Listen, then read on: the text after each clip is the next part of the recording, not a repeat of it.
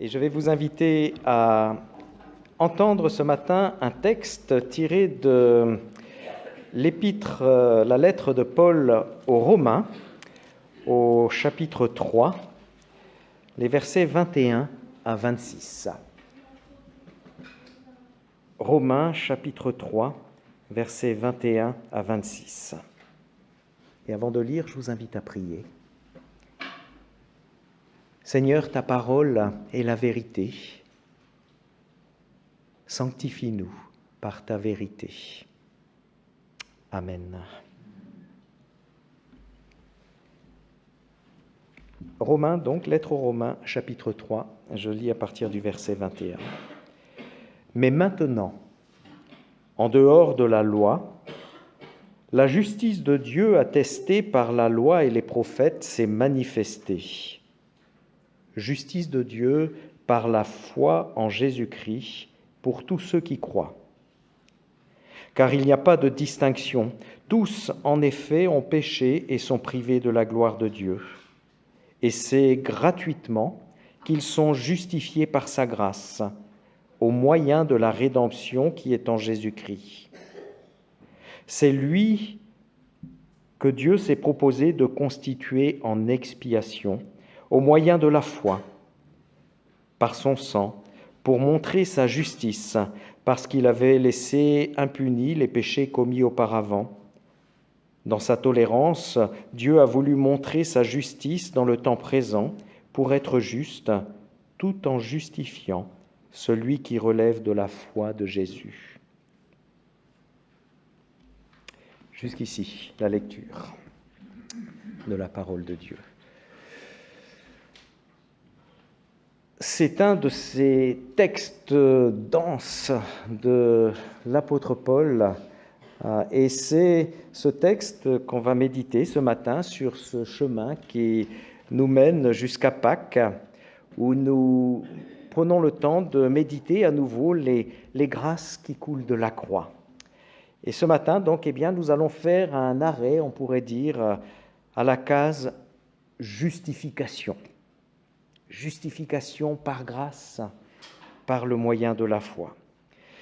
Voici un des gros mots de la théologie, comme on a l'habitude de les appeler, la justification. Il y en a d'autres là dans le texte, la rédemption, l'expiation.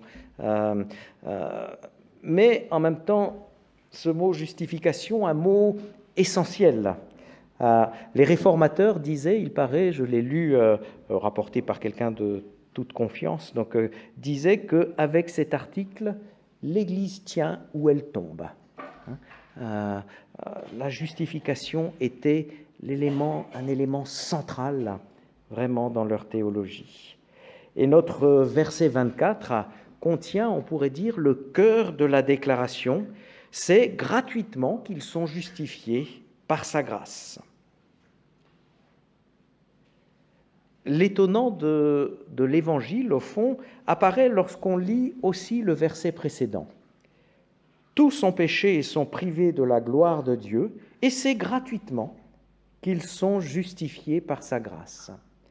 Luther, parce qu'évidemment ces versets-là l'ont habité profondément, disait au sujet de ces versets 23 et 24 particulièrement, notez-le bien, ceci est la partie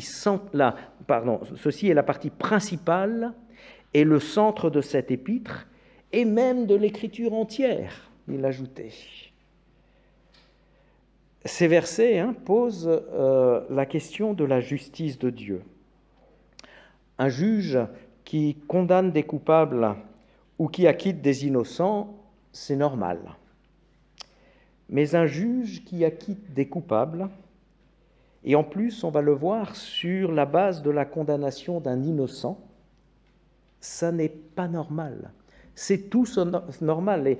Et si ça arrivait, là, dans nos tribunaux, on crierait au scandale absolu. Oui, à vue humaine, l'Évangile est un scandale. Un innocent paie pour des coupables.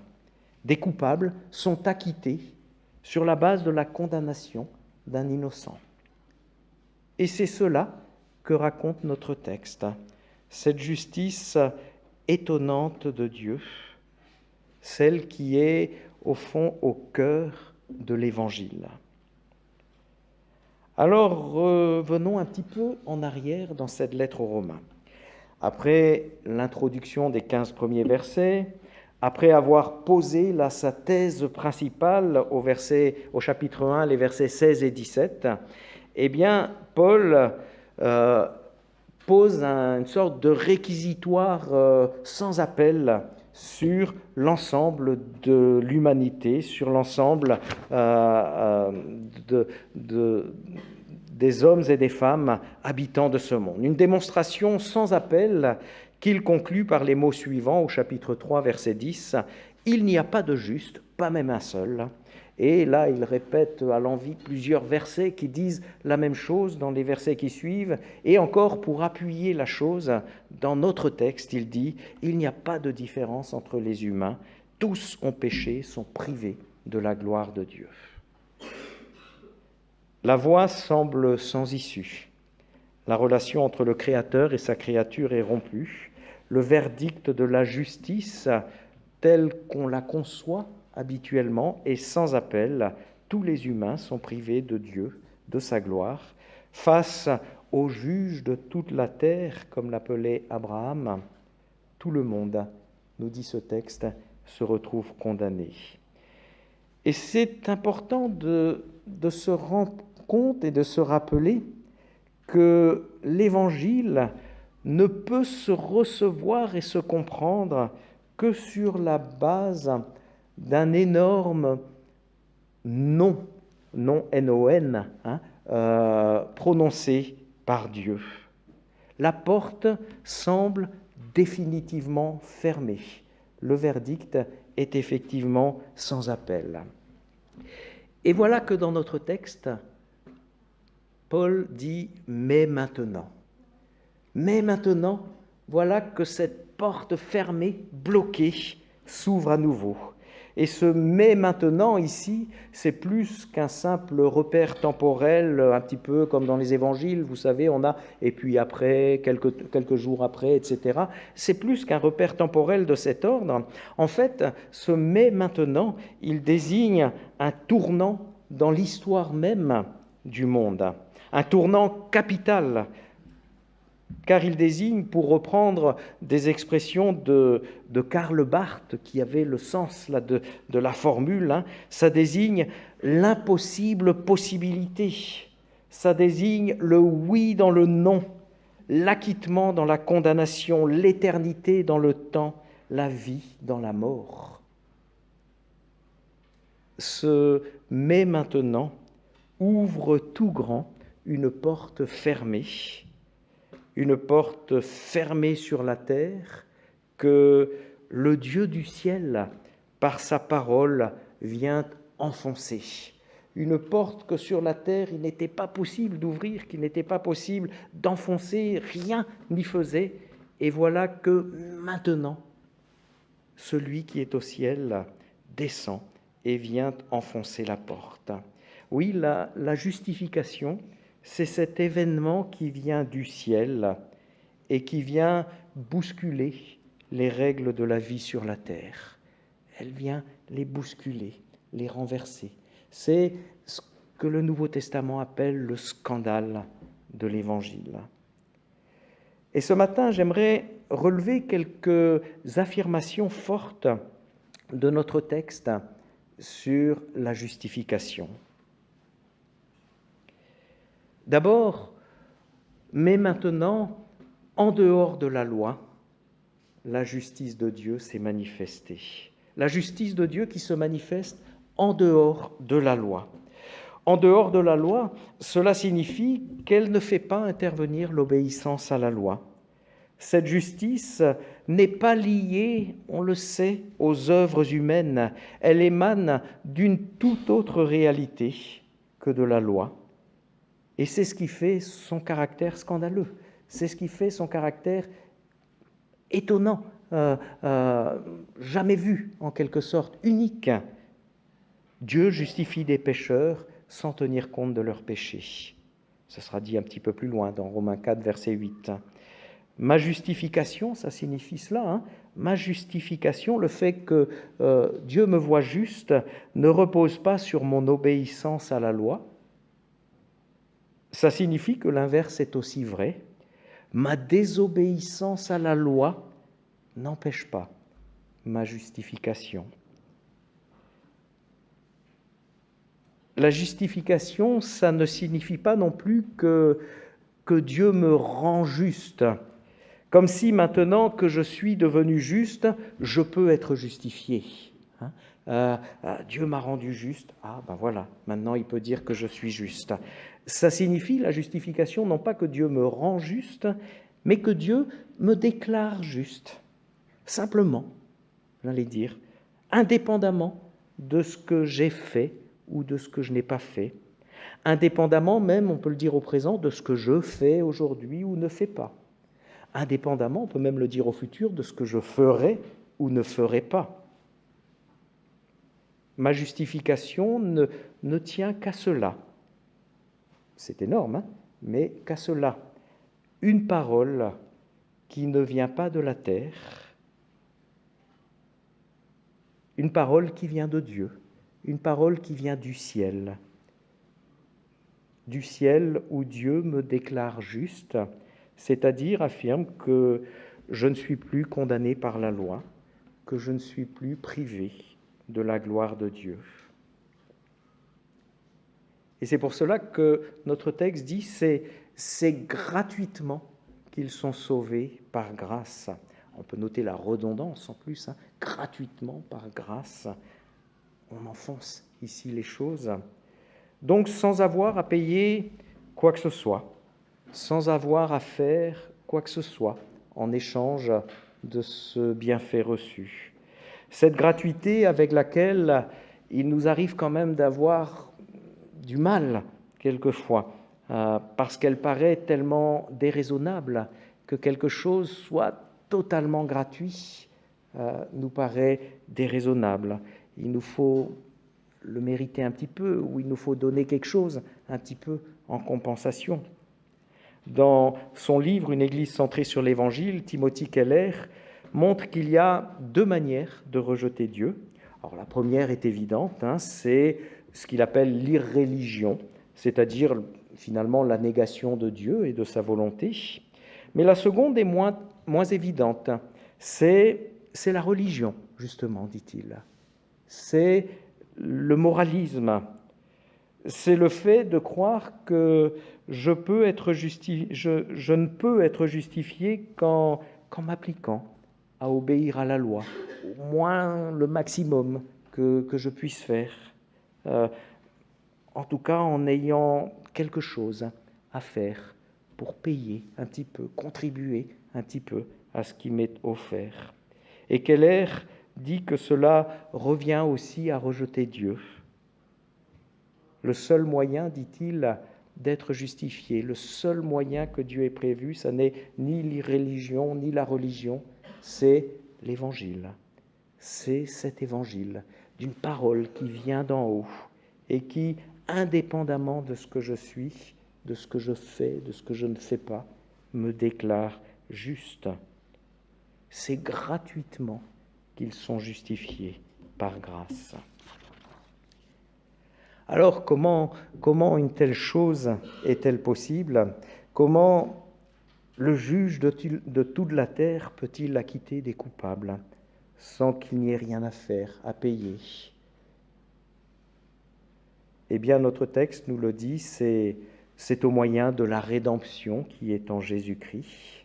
Alors, je ne vais pas développer ce point, ce sera justement le sujet de toutes les méditations qui sont faites pour la semaine qui vient, et vous pouvez prendre les papiers sur la table, et de la prédication qui sera apportée dimanche prochain par Mélanie, et qui a aussi écrit ces méditations sur la rédemption, au fond. Et donc, ce texte nous dit, c'est d'abord par le moyen de la rédemption qui est en Jésus-Christ. Et puis, il ajoute au verset 25, Jésus-Christ, donc, lui que Dieu s'est proposé de constituer en expiation au moyen de la foi par son sang. Alors c'est encore un grand mot, en expiation, un gros mot de la théologie, auquel je vais ajouter un autre, parce que des traductions plus anciennes disaient que parlaient de propitiatoire par la foi et le sang, ou de victime propitiatoire. Dans propitiatoire, on entend propice. Et en fait, ce terme un peu barbare là, de propitiatoire, ça désignait à la base le couvercle qui était sur l'arche de l'Alliance, dans le lieu le plus saint du temple. Et c'était ce couvercle-là que, une fois par an, le grand prêtre, allait toucher du doigt, simplement, avec du sang de l'animal qui avait été mis à mort. C'était le jour des grandes expiations, qu'on appelle quelquefois le Yom Kippour. C'était ce jour-là, une fois par an, le grand prêtre entrait et touchait avec du sang du bouc qui avait été sacrifié, le propitiatoire, le couvercle de l'arche de l'Alliance. Et Jésus, ici, est présenté d'une certaine façon comme ce propitiatoire. C'est-à-dire que c'est sur lui que se fait l'expiation, le pardon des péchés. C'est en sa personne, en son sacrifice sur la croix, cet acte qui ne dépend pas de nous, qui est un acte qui s'est déroulé selon la volonté de Dieu, bien sûr aussi par la méchanceté des hommes, par le péché des humains, mais cet acte objectif, historique, qui a eu lieu dans l'histoire et qui ne dépend aucunement de nous, de notre volonté, de nos mérites, mais uniquement de la volonté du Père. On se rappelle ta volonté et non la mienne. La volonté du Père et la volonté du Fils. Une volonté donc du Père que le Fils accepte pleinement parce qu'elle est enracinée dans l'amour conjoint du Père, du Fils et de l'Esprit Saint. C'est cet acte-là, en quelque sorte, du Christ qui s'offre sur la croix, qui est appelé ici d'une certaine façon le propitiatoire, le lieu où se donne le pardon des péchés. Ainsi, Dieu peut acquitter des coupables, car celui qui était innocent de tout péché a accepté pleinement de subir la condamnation à la place des coupables. Sur la croix s'opère comme un échange étonnant. Il porte notre désobéissance et nous sommes vus à travers son obéissance maintenant. Il accepte notre condamnation, nous recevons la justification. Alors comment un tel échange, encore une fois, peut se faire ? Eh bien, l'apôtre ici répond que c'est au moyen de la foi, que c'est par ce moyen qui est appelé ici la foi. Et ça pose la question de la foi, au fond, c'est quoi ? Et en fait, c'est quand même compliqué à définir, la foi. Qu'est-ce que c'est que la foi ? Parce que dès qu'on parle de la foi, voilà tout à coup la religion qui surgit à nouveau. La tendance religieuse de l'homme qui revient au galop. On est tenté de faire de la foi mon œuvre à moi, au fond.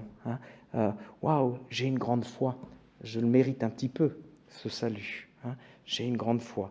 J'aime bien me rappeler que Jésus parlait de la foi comme de la plus petite des graines, toute petite, un rien finalement, capable de produire de grandes choses. Oui, il faut renoncer définitivement à considérer la foi comme notre participation. Il faut renoncer définitivement à nous prévaloir de cette foi qui, quelque part, nous mériterait le salut. Paul le dira d'ailleurs juste après, au chapitre 4. Il dit « À celui qui fait œuvre, le salaire est compté non comme une grâce, mais comme un dû. Donc si j'ai quelque chose à offrir, la justification, c'est mon dû. Hein. Quant à celui qui ne fait pas œuvre, mais qui croit simplement en celui qui justifie l'impie, sa foi est comptée comme justice. Et on peut noter que le texte ici ne dit pas « sa foi est justice », mais elle lui est comptée comme ça, comme justice. C'est la décision de Dieu, encore une fois, de compter cela comme justice.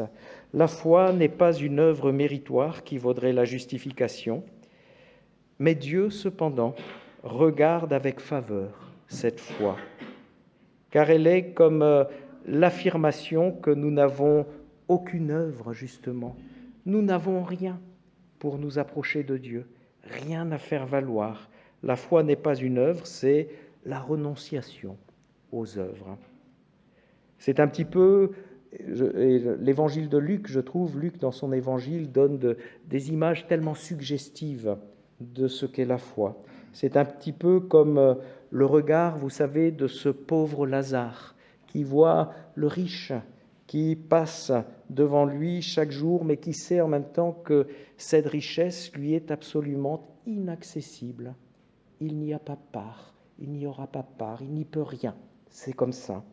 C'est un petit peu le fils prodigue qui ne peut même pas manger la nourriture des cochons qui sont là. Il n'y a pas le droit, tout simplement.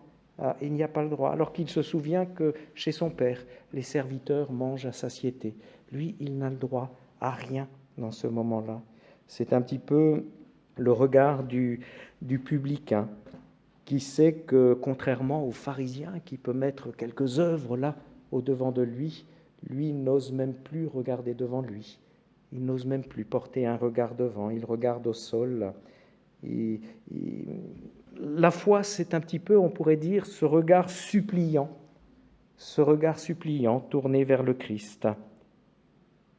On a aussi utilisé quelquefois l'image de la main tendue, une main vide, une main qui, parce qu'elle a compris que Dieu nous aime, croit fermement, croit avec espérance que Dieu va pouvoir mettre quelque chose dans cette main, même si elle est totalement vide et qu'elle n'a rien. Pour demander, pour échanger là ce qu'elle attend. Parce qu'effectivement, et c'est ce que nous dit ce texte par le moyen de la foi, effectivement, cette main tendue, ce regard tendu vers Dieu, eh bien, Dieu veut y répondre. Dieu veut remplir la main, Dieu veut donner quelque chose à ce regard qui se tend vers lui, à ce rien, finalement, qui ne mérite rien. Et la foi, c'est un petit peu ça, c'est ce rien qui est conscient qu'il ne mérite rien. Mais à ça, Dieu veut répondre. Et à ça, Dieu répond. Dieu qui aime les hommes et les femmes qu'il a créés ne peut supporter. En effet, et c'est la caractéristique de Dieu, il ne peut supporter que le péché éloigne de lui et les coupe ces hommes et ces femmes de lui et de la source de la vie. Dieu désire, nous dit la parole, Dieu désire que le pécheur vive et non qu'il meure. C'est ce que clamait le prophète Ézéchiel. Et c'est en effet peut-être le plus extraordinaire de la justification. Elle nous fait retrouver Dieu tel qu'il est vraiment, un Père qui veut nous manifester pleinement son amour. Si nous avancions vers Dieu sans la justification, nous rencontrerions le Dieu juge, celui qui, parce qu'il est saint, ne peut pas supporter le péché. Mais si nous avançons vers Dieu avec la justification, en étant déclaré juste, non pas en étant rendu juste, mais simplement déclaré juste à cause de l'œuvre accomplie par Jésus en laquelle nous avons cru, alors ça n'est plus le Dieu juge que nous rencontrons, c'est le Dieu Père, celui qui nous reconnaît comme ses enfants bien-aimés. Parce que c'est une conséquence extraordinaire de la justification, c'est qu'elle provoque notre adoption comme filles et fils de Dieu. On peut même dire que la justification, c'est notre adoption comme enfants de Dieu. Nous pouvons nous approcher de Dieu sans crainte, avec confiance, car il est notre Père, parce que Jésus nous appelle ses frères et ses sœurs. Effectivement, nous pouvons nous approcher de Dieu sans crainte. Nous pouvons même sans crainte, dans ce moment-là, lui dire « Pardonne-nous nos offenses », parce que parce que nous ne sommes plus justement dans le tribunal d'un juge, mais dans la maison du Père. Certes, nous disons « Pardonne-nous nos offenses comme nous pardonnons aussi à ceux qui nous ont offensés », justement parce que nous sommes enfants de ce Père et que, en tant qu'enfants de ce Père, nous avons à montrer quelque chose de ce que ce Père a fait, mais avec confiance. Nous pouvons dire « Pardonne-nous nos offenses », avec la certitude qu'il nous pardonne de nos péchés. Et c'est cela, au fond, que je vous invite à vivre maintenant. Nous allons partager la scène et à vivre comme ceux qui sont pleinement acceptés maintenant dans ce repas que le Seigneur a prévu et qui peuvent s'approcher plein de confiance dans la présence du Père. Mais avant de vivre ce moment de la scène, on va simplement prendre un moment de silence maintenant pour entendre Dieu peut-être nous déclarer juste, pour entendre ce bienfait extraordinaire de la justification. Prenons quelques instants.